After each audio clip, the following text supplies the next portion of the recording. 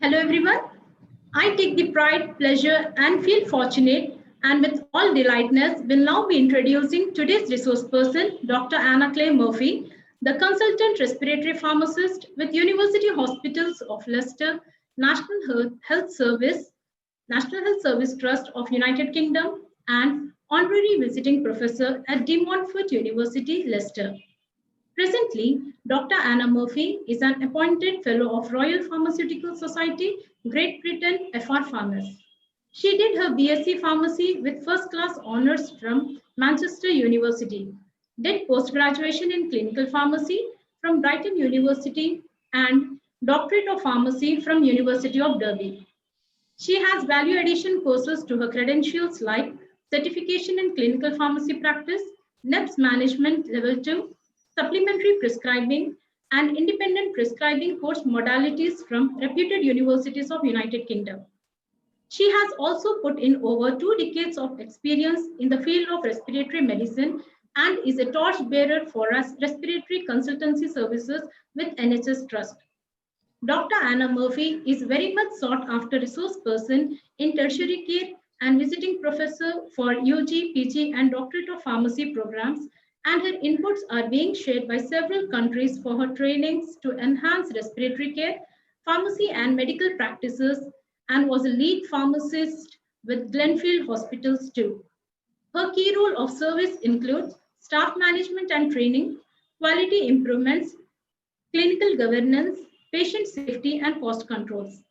Prior to all these, she was holding posts of Medical Directorate Lead Pharmacist and Dispensary Manager with Brighton Healthcare NHS Trust.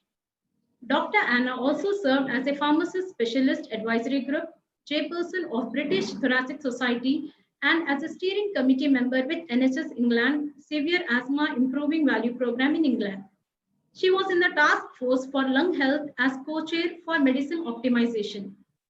In addition to this, she was also involved in Respiratory Prescribing Group, UK Inhaler Group, and Asthma UK Council. She was chairperson for Pharmacy Audit and Research Committee and chaired for Medicine and Devices Intervention for COPD Clinical Strategies. Apart from this, she represents professionally Royal Pharmaceutical Society, General Pharmaceutical Council, United Kingdom Clinical Pharmacy Association, European Respiratory Society, and so on. A radiant personality, a luminary being awarded with UK CPA Lifetime Achievement Award, Guild of Healthcare Pharmacists Gold Medal Award, Dual Best Award for Passion and Creative Works, Chemist and Druggist Award, Aqua Henderson Award, Asthma Award, Hospital Hero Award, Trust Achievement Award, and so on. Dr. Anna is an active journal reviewer for Chronic Respiratory Disease Journal, represents editorial board, Respiratory Disease in Practice Journal, and has her sayings in the Respiratory National Electronic Library for Health. Moreover, her research findings have brought many grants for asthma management, steroidal use epic studies, and COPD exacerbations. She was awarded Gilead Fellowship for the support medication adherence in people with cardiac failure. Her well-recognized grants include for asthma adherence studies. She was lead investigator for committee pharmacy service evaluation with grants of £60,000, and she is remembered for asthma tailored pulmonary rehabilitation multi-center randomized control trials. Not only is that she is an active sportswoman playing competitive netball in the Leicestershire Netball League, also she organizes and runs up to half marathon distance and makes her grand example of sports activities combined with her tailored services in respiratory medicinal field. Now, without further delay, I request Dr. Anna Murphy to proceed with the presentation. Thank you very, very much. I must say that that's probably one of the nicest reviews I've ever had, introductions, and one of the longest. So thank you ever so much for such a wonderful introduction. And can I just say how honoured I am to be part of the Deakin School of Pharmacy presentation today. It really is one of the, a pinnacle of my career to have been invited onto this webinar today and to speak to you all. And it really is amazing to see so many pharmacists and professionals tuning in and joining us this morning. So I hope that I can sort of lead on from Dr. Hussain's marvelous, fantastic overview of management of asthma and COPD, and just sort of bring together really some of the aspects where I believe very much us as pharmacists can really support our patients. So I'm just going to share my screen.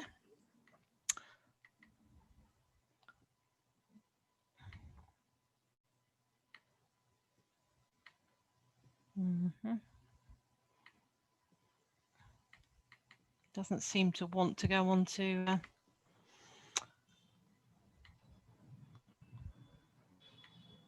I'm just going to stop again. Let me just try one more time.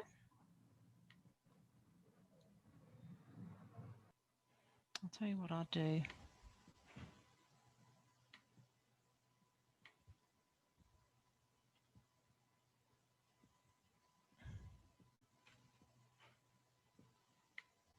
Apologies for this.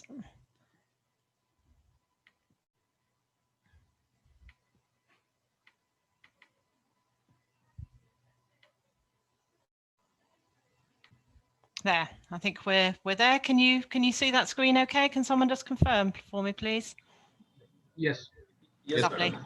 Okay, so I'm going to be talking about the role of the pharmacist in managing patients with respiratory disease. And one thing I would say is that I have been qualified as a pharmacist for about 30 years now, and I have been working in respiratory full-time really since 1997. And I took on the post of a consultant respiratory pharmacist in 2001.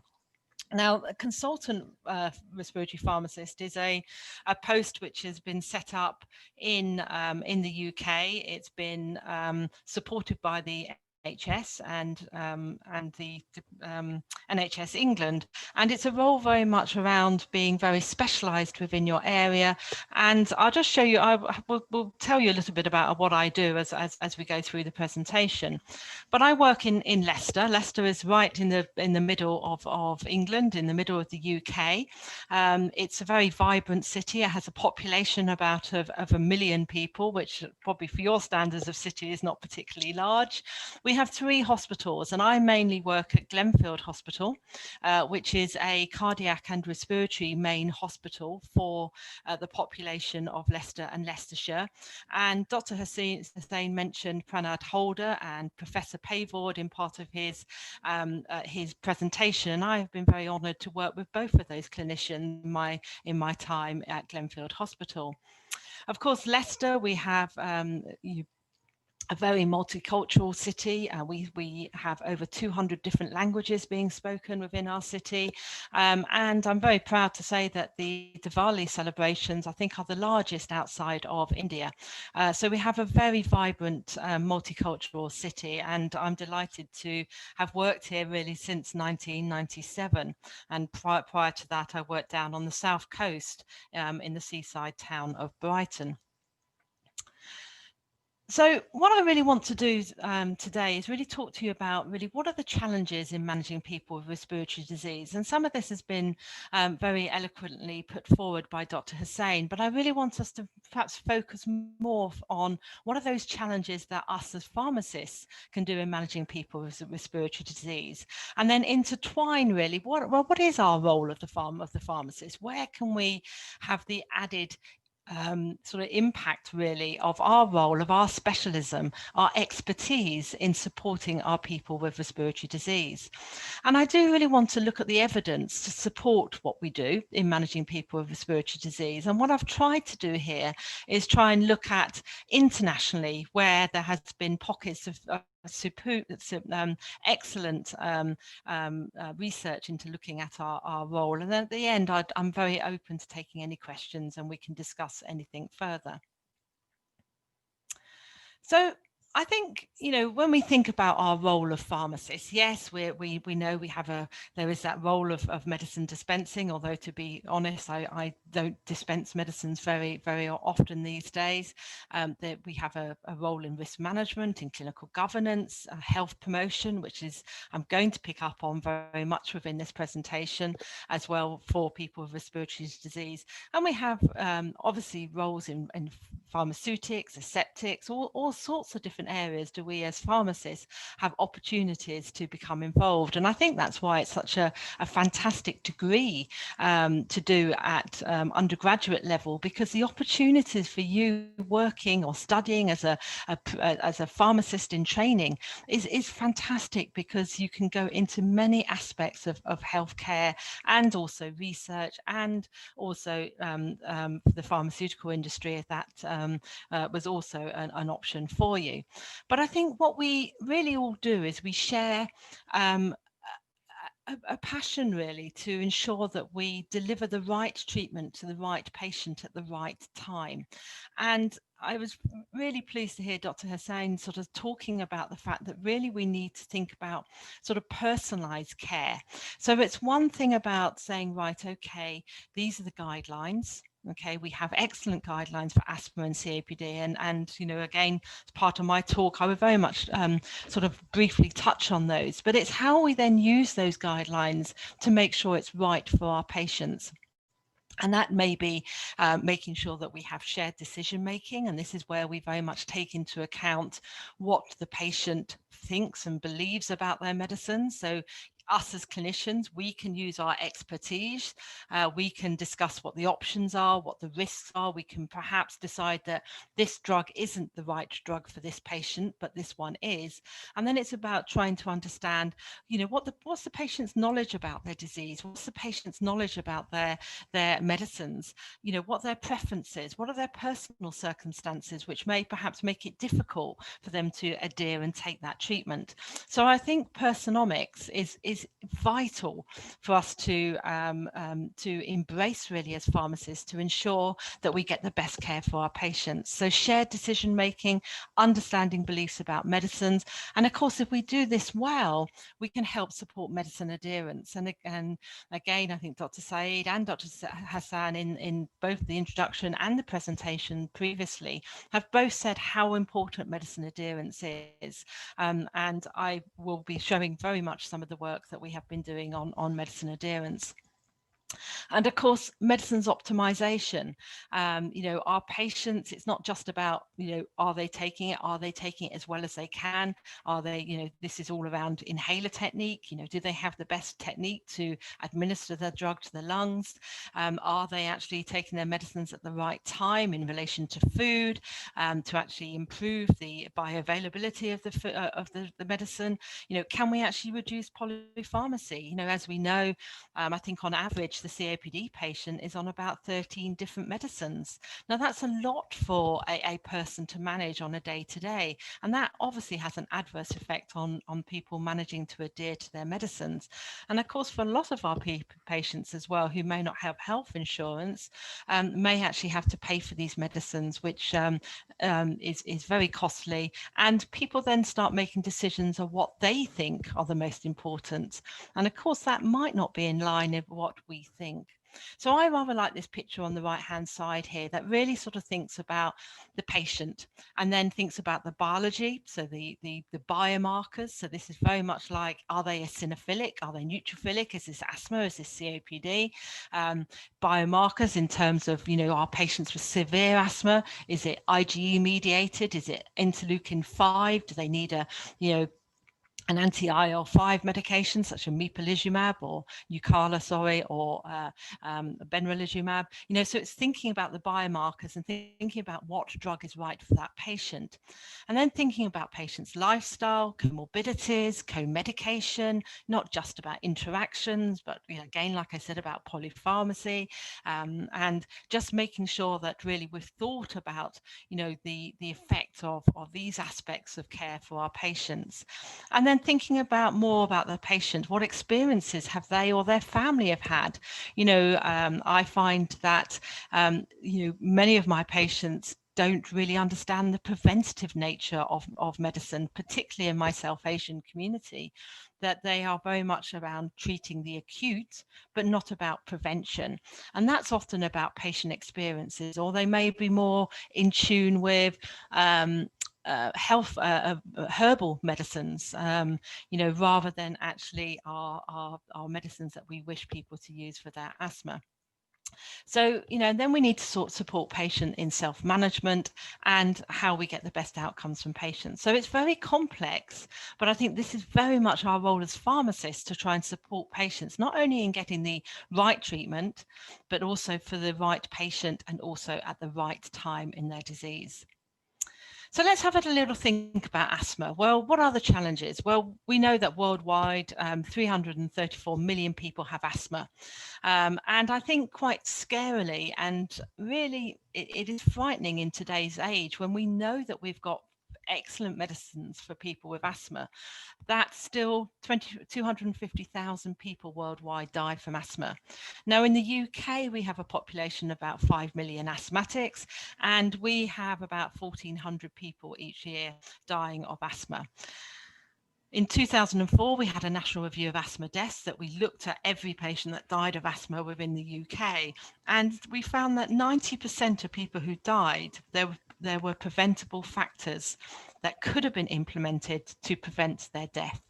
So that's really worrying, that really only 10% of those patients, perhaps we couldn't have done anything about them dying, but 90% we could have done.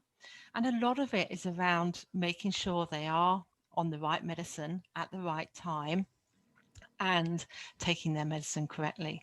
So, as pharmacists, we've got a big responsibility to support the wider healthcare community in supporting our people with asthma to get the right treatment and to prevent some of these people from dying. So the common challenges that we have, I think, worldwide, and there's a global asthma report that came out in 2018. And if you are interested in asthma care, it is worth reading about the global effect of asthma. And I think what we can really see worldwide is there is a variation very much between treatment between the rich and the poor. Even in the UK, where we have the National Health Service, where many medicines are actually free for about 85% of the population, are provided through the state. And for those that do have to pay, you can get prepayment exemptions. So you only have to pay the equivalent of probably about 10 UK pounds a month to actually have all your medicines. Usually one medication charge is about £9.90, so it's good value. But of course, it's very variable across the world. And even in countries like America, with Barack Obama trying to produce better healthcare for patients in the US was not popular. And I believe in India, almost 80% of expenditure on a sick patient is on actually buying the medicine. So it's very, very costly for patients. And I was reading about Rajasthan since 2011, the state has been providing free inhalers, and this has reduced costs to the state. But it was really interesting in some of the reports I was reading that actually adherence by patients was still poor. So even though you are providing perhaps medicines free, we still need to address the beliefs of patients and the understanding of what asthma is. Of course, in many areas, asthma is seen as a stigma and patients conceal their disease. And this can also be a challenge because, if patients don't understand the seriousness of asthma, and a lot of people will say to me, oh, well, Anna, I've just got a touch of asthma. What's a touch of asthma really mean? And of course, it's not. Asthma is a chronic inflammatory airways disease, and that inflammation needs to be controlled on a daily basis.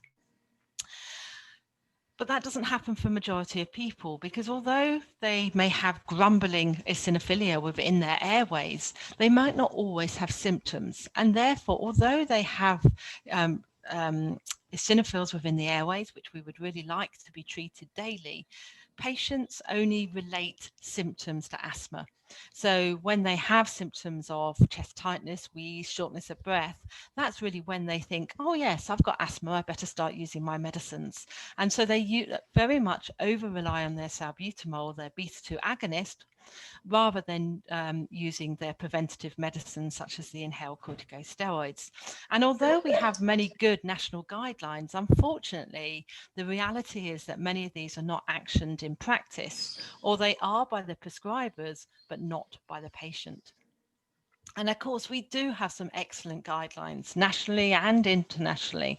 Dr. Hassan mentioned GINA, the Global Institute for Asthma, and both in the UK and in India, there are local guidelines as well. And very much all these guidelines very much promote for the treatment of asthma inhaled corticosteroids, because that is the only treatment that really manage at early stages of the disease will reduce the eosinophilic inflammation. Treatment like asthma, treatments like, beta-2 agonists will only treat the symptoms of asthma. So, for me, the salbutamol should only really be there as an emergency, as a backup, because most people with asthma, if we control the inflammation within the airways, they shouldn't need to use their salbutamol at all, or perhaps only once, maybe twice a week. And one canister should be lasting, one or two canisters should really be lasting for a 12-month period. But of course, we know in reality, in practice, that very rarely happens, I think, worldwide. And, unfortunately, people don't tend to use the inhaled corticosteroids as much. And I think adherence to the guidelines is key. And this is a very nice editorial I found in Lung India, just talking about the Indian guidelines for asthma and how actually adherence in terms of prescribing to them and also in encouraging patients to adhere is key to the management of people with asthma. And we know this very much, and this is Sami Sousa's work. So in 1994, which is the graph here on the left, he really looked at the asthma deaths, and this was per 10,000 patients in a year, related to the canisters of salbutamol, SABA, beta-2 agonists that patients were using each month. And what he found was that over-reliance of SABA really showed an increased risk of death. So patients had more than 6 inhalations a day on at least one day are associated with an increased risk of severe exacerbation in the following 21 days. And actually, as you can see in the graph there, the number of canisters along the bottom going from 0 to 7, that when you start to use more than 2 a month, you can see a drastic increase in the risk of death from patients with asthma. He followed up this study in 2000, and he looked then at the use of canisters of inhaled corticosteroids per year in people with asthma, and then also looked at the rate of ratio in death. And this is a very large study that was conducted across Canada, where Professor Sousa works. And he showed that, again, if you use more inhaled corticosteroid canisters, then your risk of death actually is reduced. And he actually showed that 1 canister of inhaled corticosteroid per month reduces your risk of asthma death by 21%. Now, we use this very much within the UK and have a cutoff point of around 75%. So we would expect all our patients to be using at least 75% of their inhaled corticosteroids each year. And we actually monitor that in our patients by looking at prescription and dispensing refills to see if our patients are actually collecting them. Now, of course, that doesn't tell me they're actually using them, and they may be, in the back of their wardrobe or somewhere else, but it does at least mean that they are collecting their inhalers and is a marker or an indication of perhaps are they being adherent to their treatment. And we did this, and these are a number of studies investigating adherence in people with severe asthma. And the study that I conducted here, this was back in 2012, this was published in Thorax. We looked at 115 of our patients who are being admitted to the severe asthma clinic. Now, I work within the severe asthma clinic in Leicester. And part of my role within that clinic is I have my own outpatient clinic where I see patients. And part of that is around medicines optimization, looking at what treatments they're on and working them up towards actually, does this patient need a biologic treatment because they have severe asthma? Or in fact, do they have difficult asthma where part of the reason their asthma is uncontrolled is they aren't using their medicines correctly and are non-adherent. And we were quite, well, probably disappointed really to find out that based on the fact that we use adherence as less than 80% of prescription collection through the GP and through the hospital, we found that 65% of our patients were non-adherent. So really we had very, very little adherence to inhaled corticosteroids. And this has been found in other studies by Williams, Gamble and Bender, all very much showing that patients have very poor adherence to inhaled corticosteroids. And often that is at the expense of their asthma control.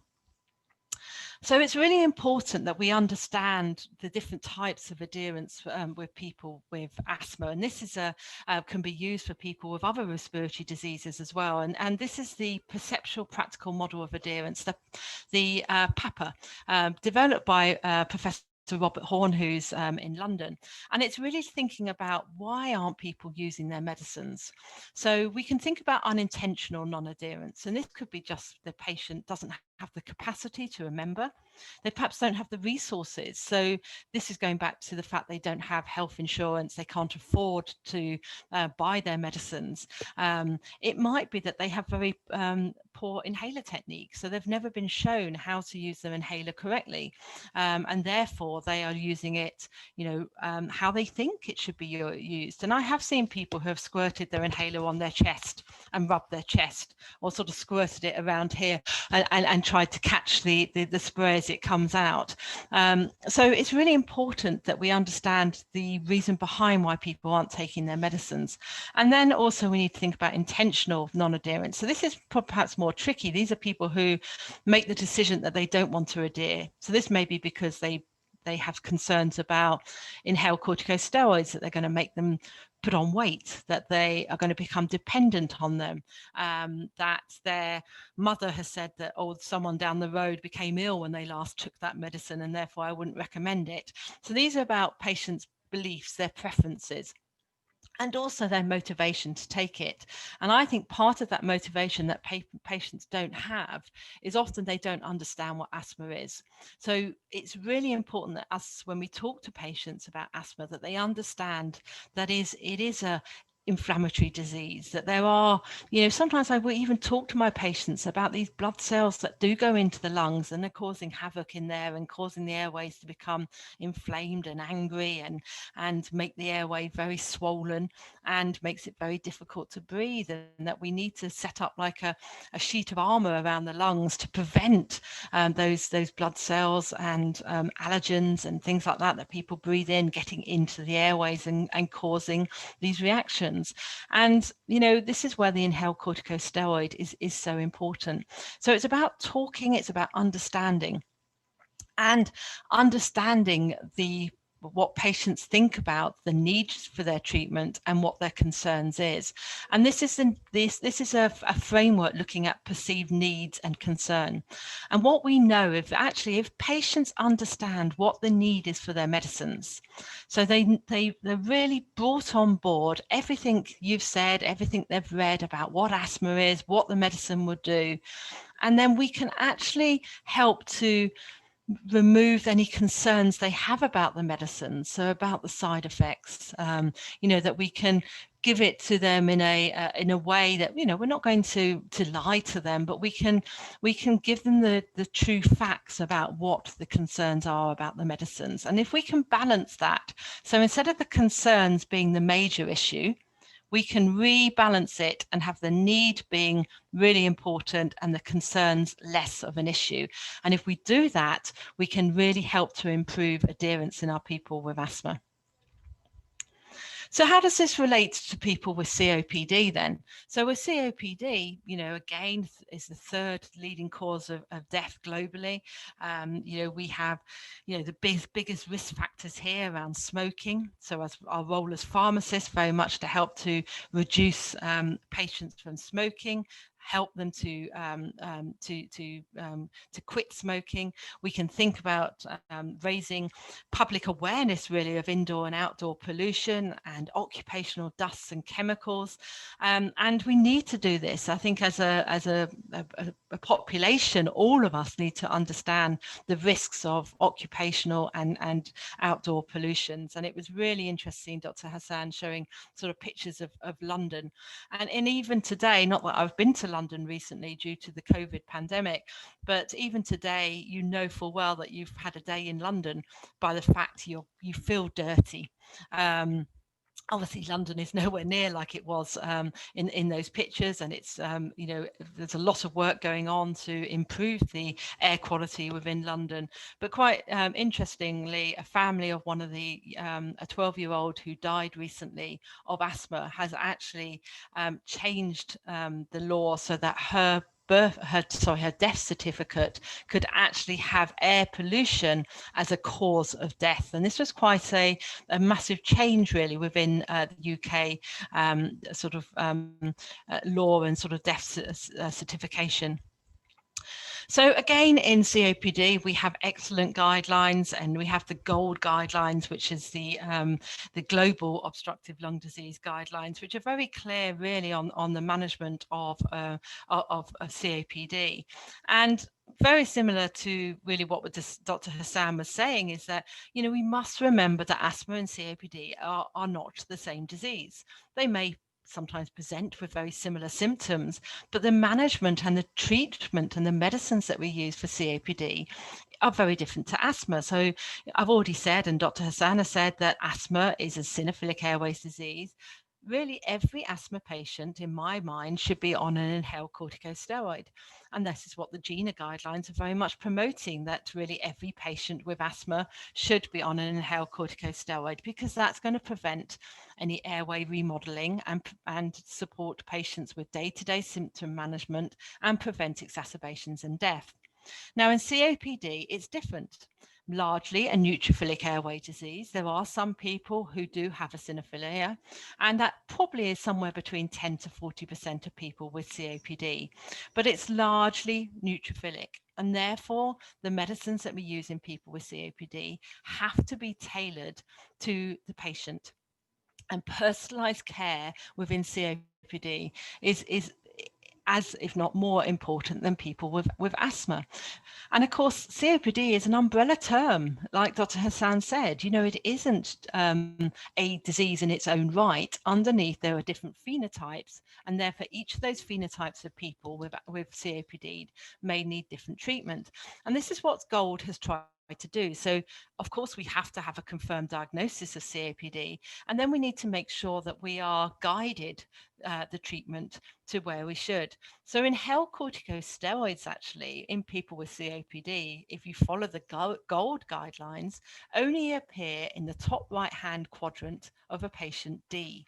So they are very symptomatic and also are having hospital admissions or exacerbations. And those are the patients, the phenotype of patients that require inhaled corticosteroids. We can also check blood eosinophil counts, and I do this day to day in my practice to see if patients do have a raised blood eosinophil count, and we generally in the UK are using 300 as our marker, then those patients really should be on an inhaled corticosteroid, because they are probably the phenotype of patients that will require inhaled corticosteroid. But what we see is actually we probably over rely on inhaled corticosteroids nationally. So this is just a news bulletin really of a study that I found in China, where again they are over relying too much on inhaled steroids. And if you look at the UK, this is just a diagram showing the variation in ICS prescribing for people with COPD across the UK. Now, there are pockets of patients really who perhaps have worked in coal mines or hosiery factories where perhaps the incidence of COPD is higher, but that doesn't really make it clear why there is such variation across the UK, and a lot of it is around inappropriate prescribing of inhaled corticosteroids. So we have to get the treatment right for patients, we have to make sure that we follow the guidelines, we look at personalized care, we support patients in taking those medicines. And probably one of the most fundamental things that we can do as well as pharmacists is to ensure that the drugs are administered correctly. So I put it to you that if you had a patient who couldn't swallow, you would make sure that they had a syrup or a suspension, or we may have to use intravenous if we're in hospital, but we would care that that administration of that medicine is important. Now, using an inhaler is about drug administration. It is as basic as that we need to support patients to ensure that we improve lung deposition of the medicine. All the clinical trials and the guidelines that we have to support these molecules, these medicines in people with asthma and COPD will just fail and fall down at the last hurdle if we don't get the inhaler technique right. Yet time after time after time, we see studies showing that errors in inhaler technique are frequent. Up to 90% of people cannot use a metered dose inhaler, and probably 50 to 60% of people are unable to use a dry powder inhaler. And that varies very much between which which research paper that you read. But I think we all know that in clinical practice, very few of our patients can really use their inhalers as well as we would like.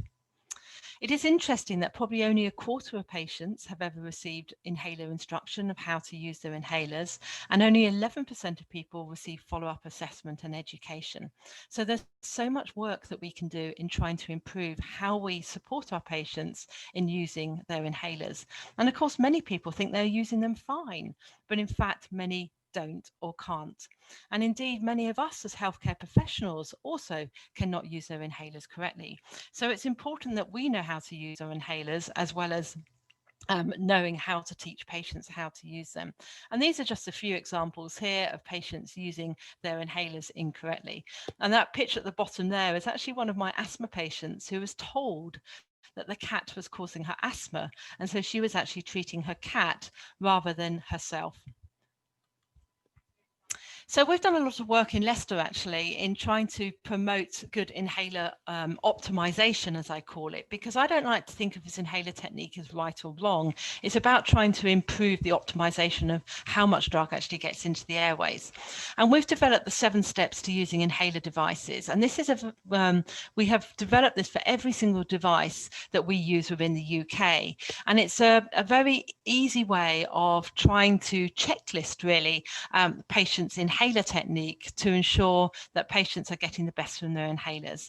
And we use this, and this has now been adopted actually within the UK as a standard way of trying to support inhaler technique, and also to support healthcare professionals in providing the best care that we can to people with asthma.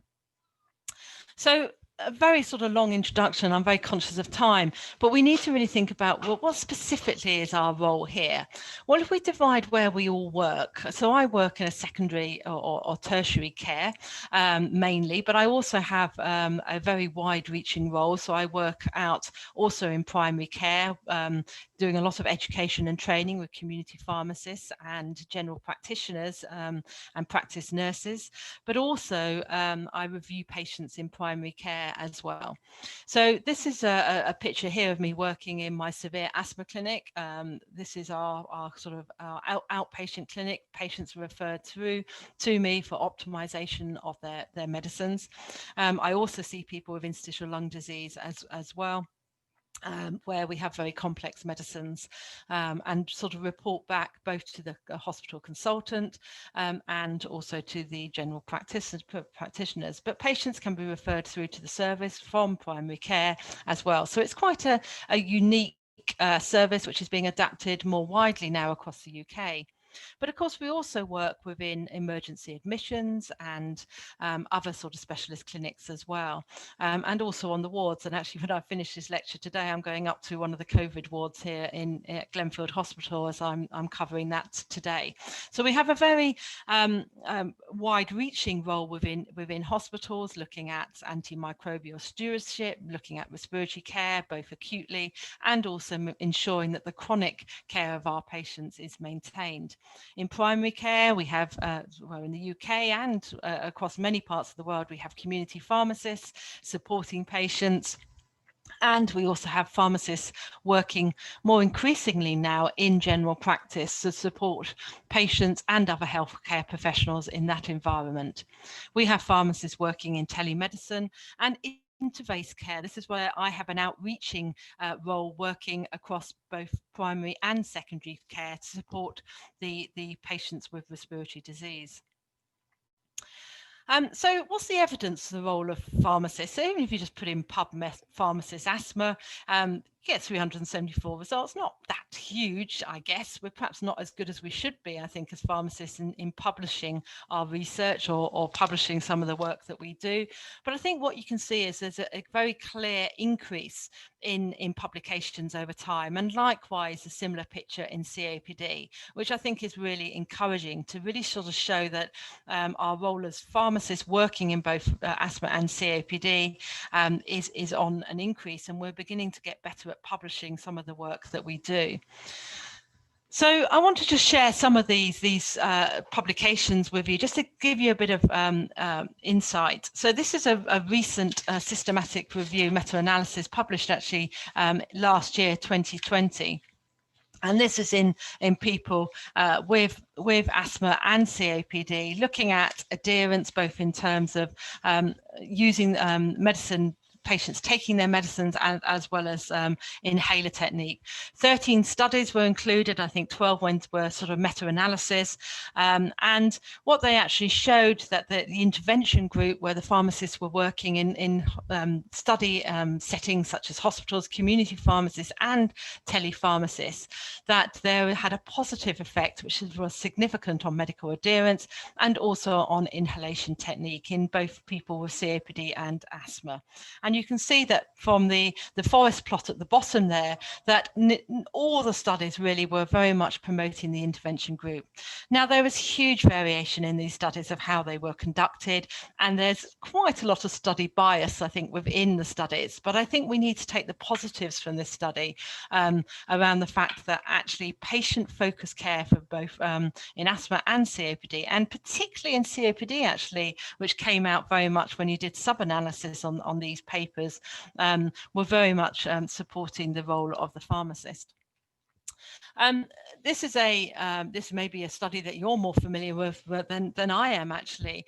This is a study in India. They set up pharmacist-led counselling sessions, which were typically for 15 to 20 minutes.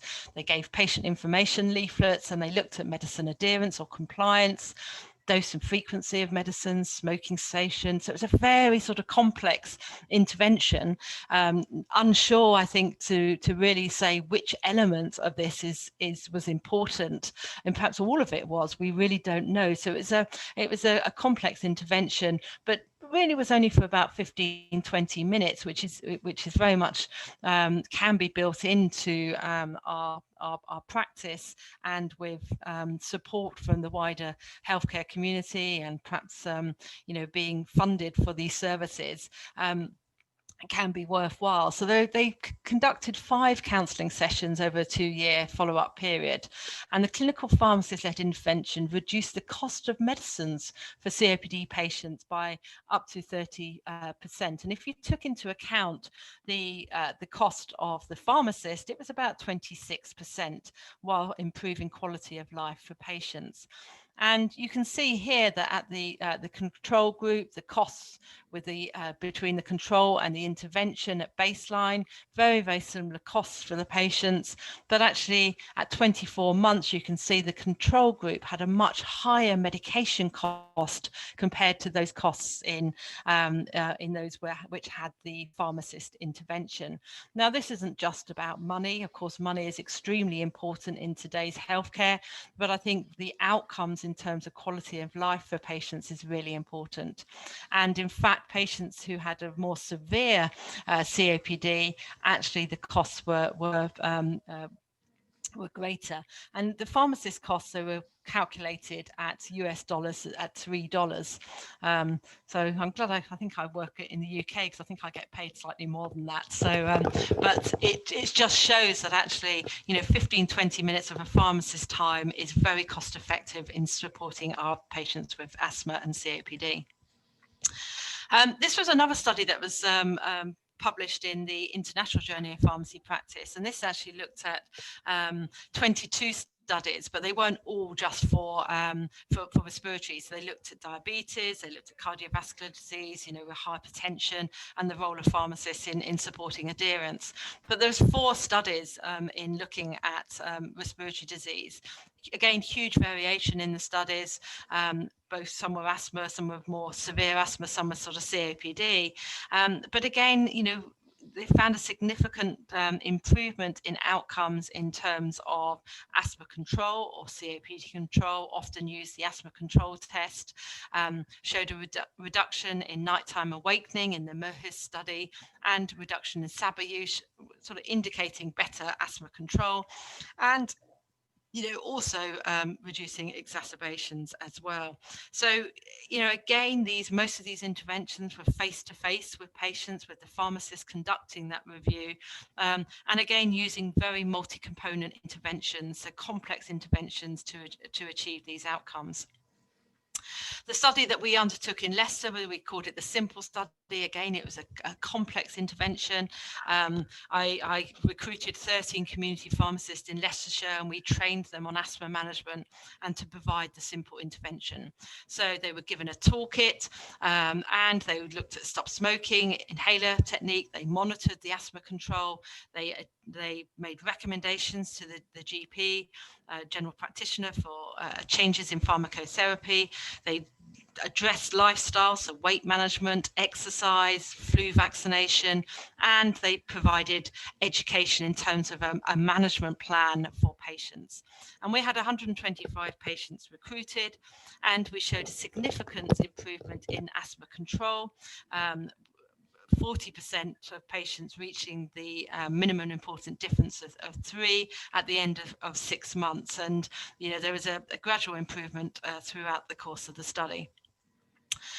We also showed that if we in patients who had an ACT, so they were uncontrolled with less than 20, really that's the group of patients that you want to target in actually improving asthma control. And there was a much larger significance in improvement in ACQ and AQLQ, which measures quality of life in that group of patients.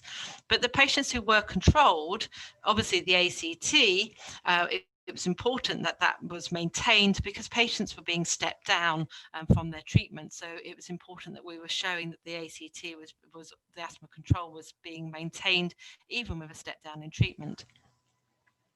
And patients who were non-adherent, so less than 80%, they are the low adherence. Again, they were the ones which were having less asthma control. Their asthma control was 14, which is much lower than those that were adherent, and quality of life as well was significantly different. So it's important that those are the sort of patients that if you needed to rationalize your care, you were looking at those patients with uncontrolled or non-adherent patients.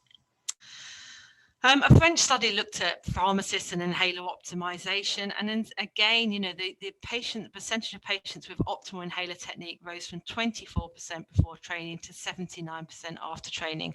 And this is really where pharmacists were providing education to improve in inhaler technique with patients. And it was quite a small study. We don't know how long this was maintained for, because they only looked at it pre and post a month, but really important, just showing the impact of a healthcare professional, in this case a pharmacist, in improving inhaler technique for patient and optimizing inhaler technique for people with asthma and COPD. And they used a very similar checklist to the 7 steps to help to promote and support outcomes in these patients.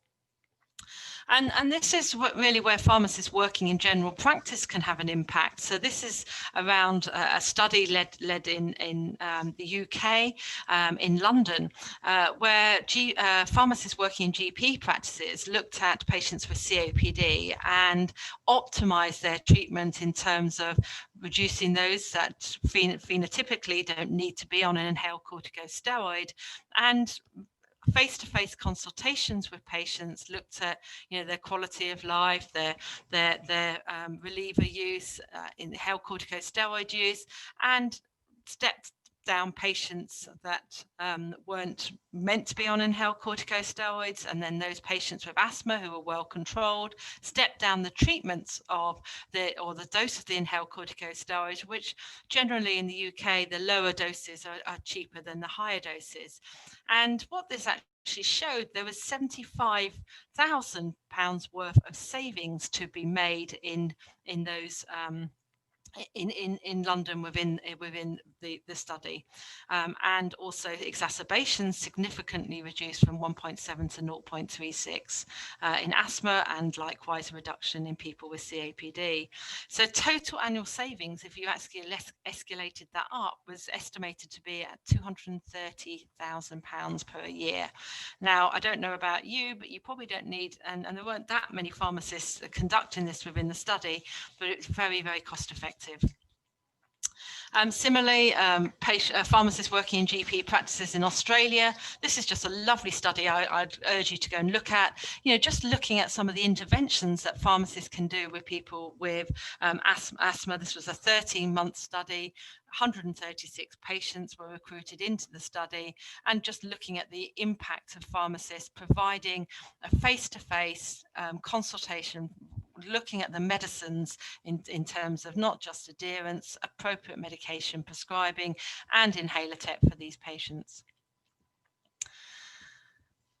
We have also done some work looking at case finding of COPD via community pharmacists. So this is really perhaps more around the preventative agenda. And again, I think this is important for pharmacists, for us to think about what we can do to try and perhaps case find, but also help to ensure that patients get treated earlier in their disease. And this was a study by David Wright, who was published in the International Journal of Pharmacy Practice. This is a UK study. They recruited, they screened really 238 patients. They used the handheld spirometry, which measure the FVC6. So they can't be used really for diagnosis, but they can be used for screening.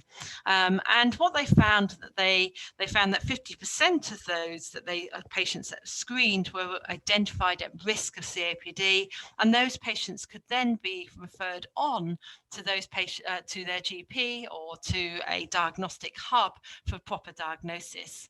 And it's possible that those patients may not have been diagnosed until much later in their disease process. And we know that from many studies that show that up to 30% of patients delayed seeing a GP for their COPD after first noticing a cough and production of sputum for 10 years. Whereas actually, if we find these patients sooner, we can get them to stop smoking or change their occupation, or look at some of the risk factors they have and try and get the right care, such as pulmonary rehabilitation, exercise, vaccinations, and the medicines in place before we do anything else with them. Very briefly, because I'm very conscious of time, but we can't forget antibiotic stewardship. And I think all of us, not just working in respiratory, whichever area of healthcare we work in, even as us not working in healthcare, working just as the public, we have a responsibility to ensure that our antibiotics work for many, many more years to come, and that we are mindful of antibiotic resistance. But of course, in pneumonia, asthma, COPD, tuberculosis, we all need to make sure that, again, us as pharmacists, where we work in community, hospital, GPs, research, all are very clear of making sure that antibiotics are used at the right time for the right patient in the right way, and patients adhere correctly to them, particularly in those patients with TB who are on them for a chronic number of time, are used appropriately. So it's really just to highlight that. And there are many opportunities for community pharmacists, particularly in antibiotic stewardship. And, you know, that's just an example there on the right of some of the roles that have been put forward in helping to promote antibiotic use. And gosh, how can we do a talk these days without even mentioning COVID-19? It's been a very traumatic year, I think, for us all. We're hitting our second peak here in the UK. So I think we've got 16,000 people in the UK dying each day at the moment. We're under huge pressure for our services. As a frontline hospital pharmacist, these are some of the work that I'm doing. I'm probably mainly involved with developing treatment protocols and medicines management. As I said, I'm off to the ward in a moment to join the ward round and to be reviewing the patients who are on high flow oxygen and CPAP. Also look at antimicrobial stewardship. We've got many new medicines. We're starting to use tocilizumab, an IL-6 medicine now in the UK from the CAMP trial. We're using also other medicines such as remdesivir, antiviral. So it's making sure that these medicines are being used appropriately in the right patient, again at the right time. It's a common theme here. And again, managing drug shortages and just providing that medication expertise to the rest of the clinical team. And then in the community, you know, huge impact on community pharmacy services with COVID, you know, making sure that patients are being managed and correctly, that they're still getting the medicines that they need for their chronic diseases, and, you know, making sure that, you know, patients with symptoms of COVID are being sent to the right place to be, or to being told to self-isolate. And you know, more increasingly now, all the pharmacists in the UK are being involved in the COVID vaccination programme. The high street pharmacists are starting to offering Oxford COVID vaccine next week. This has actually already started to happen. This is last week's news bulletin. Again, even myself working within the hospital, I will help be the pharmacist on certain days, helping to support the hospital vaccination hub in making sure that reconstitution of the vaccine is correct, looking at the risks and clinical governance and providing support to the other members of the team. So, you know, huge impact on pharmacists really for vaccination as well. And very similar to Dr. Hussain finishing on air pollution, we have to address air pollution worldwide. You know, I think, again, it's a fantastic role for pharmacists. The International Federation of Pharmacists, FIB, produced a document back in October 2020, really highlighting the emerging role and professional service for pharmacy in air pollution. That's that latest report. Please go and read it. Please think about what you can do individually as pharmacists to help to reduce air pollution and to really publicise the importance of air pollution in respiratory health. At the moment, it's reported that only 5% of pharmacists currently proactively discuss the impact of air pollution on their patients' respiratory health. And it's a great opportunity to us to have a leading role, I believe, in helping to prevent the future respiratory disease. So, conscious of time, I'm going to finish here the summary. I really would hope I've inspired you to understand that internationally, us as a pharmacy profession, and I'd also like to include pharmacy technicians as well, not just pharmacists here, are involved in supporting people with respiratory disease. We have a vital role in improving medicines optimization in people with respiratory disease, and that's about helping to ensure guideline adherence, but also to ensure that those guidelines, we phenotype our patients, we help with the ensuring that the patients understand the medicines, we support medicine adherence and inhaler technique, reduce risk to our patients by making sure that the medicines are being used appropriately. And we mustn't forget that really as a profession, we are one of the most accessible healthcare professional to so many people. Certainly, community pharmacists in the UK are probably the one healthcare professional that people see more than any other healthcare professional in the UK. And we have research. I've only shown you some element of the research just to give you a flavour of what's out there and to show that actually the research is pretty overwhelming, that pharmacists working in all fields of the profession, community, hospital, tertiary, telehealth, can all help to improve asthma and COPD control, reduce exacerbations, and generally, as pharmacists, in doing so, we are cost effective, and we just need to be reimbursed for our services and supported nationally to be able to provide these services. And of course, I don't know around what it's like in India, but in the UK, we do have a national shortage of other healthcare professionals, and therefore there is a need for us all to work as a multidisciplinary team to help support our patients. And I think the current COVID-19 pandemic highlights the importance of pharmacists in supporting the wider healthcare professional team. So thank you so much for listening. Thank you once again for the invitation. It's been an absolute honour to be part of this, and I hope my presentation has just inspired you to think about how we manage a respiratory disease and to believe that as pharmacists, we are vital in their care. Thank you very much.